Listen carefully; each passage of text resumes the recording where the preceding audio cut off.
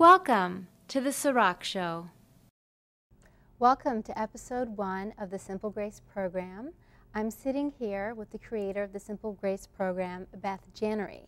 And I first had the chance to meet Beth last year when I interviewed her for the McLean newspaper. And since then, she has become a very dear friend and a mentor. Welcome, Beth. Thank you so much. I'm so glad to be here. It's our pleasure to have you. And not only is Beth a noted author, but she's also a motivational speaker, and she was also Miss Corporate Virginia 2008. And Beth, I'm very excited to get started with the program and in using Simple Grace, Living a Meaningful Life as our tool. Can you tell us a little bit about this book? Oh, absolutely. Well, first, I'm so excited to be here, and to, when you asked me to come on the show, and you said we're going to use, your book to kick off the show, I thought it was so wonderful. But, part of what Simple Grace is about is what happened to us the first time when we met. I don't know if you remember. You're talking about a year ago or so. We sat down. You interviewed me for the newspaper. It was a different book, but we sat down and there was this instant connection. Do you remember that? Oh, completely. And that's what that in kind of a strange way to define it, that's grace. It's when you can feel a connection with somebody, or you have some kind of experience, and then you let that be, and then you later discover, why did that happen? And then I knew after meeting you, or I knew while meeting you, that there was going to be more that was going to be revealed. So what I write about in Simple Grace is, sort of the everyday people, the simple moments in life, in our family and work and friendships. Be open to it and see what happens. Yeah, I was so touched when I first met you because I was interviewing you about your Simple Grace Daily Joys book. And automatically I learned about what a giver you are.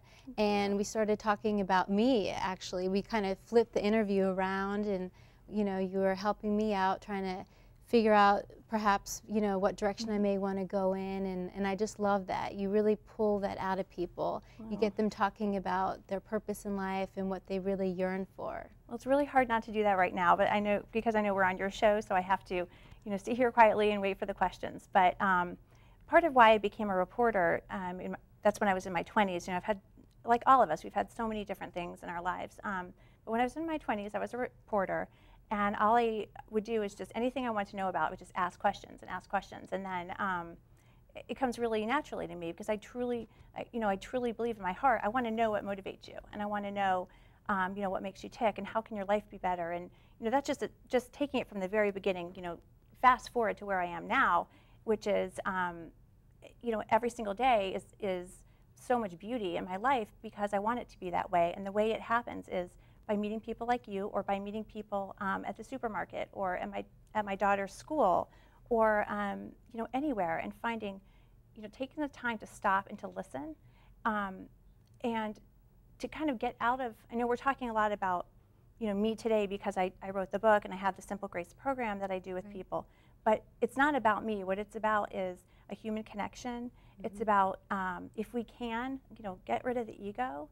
And once you can get rid of the ego, what else is there? What else is going to be revealed? And it's those moments that that I believe are the hugest challenge for us, and the most growth can come from those moments. And I think that draws us in closer to our purpose in life. I think so. We get caught up with the ego and with what we're doing, and we forget about why we're really here and what we really want to do. Yeah, a lot of times people will say, and I'm sure you know this because I see you all over town or in the newspaper, at different events, at different social events in DC. Somebody will say, hi, oh, Sarak, what do you do? Right. And, I get that question because right away we wanted to say, okay, who is she? What does she do? Why should I know her? What can I get from her? Definitely. And, I really don't like that. What I like is, it's not about what I do. It's not so much even about like who I am, but am I present in the moment?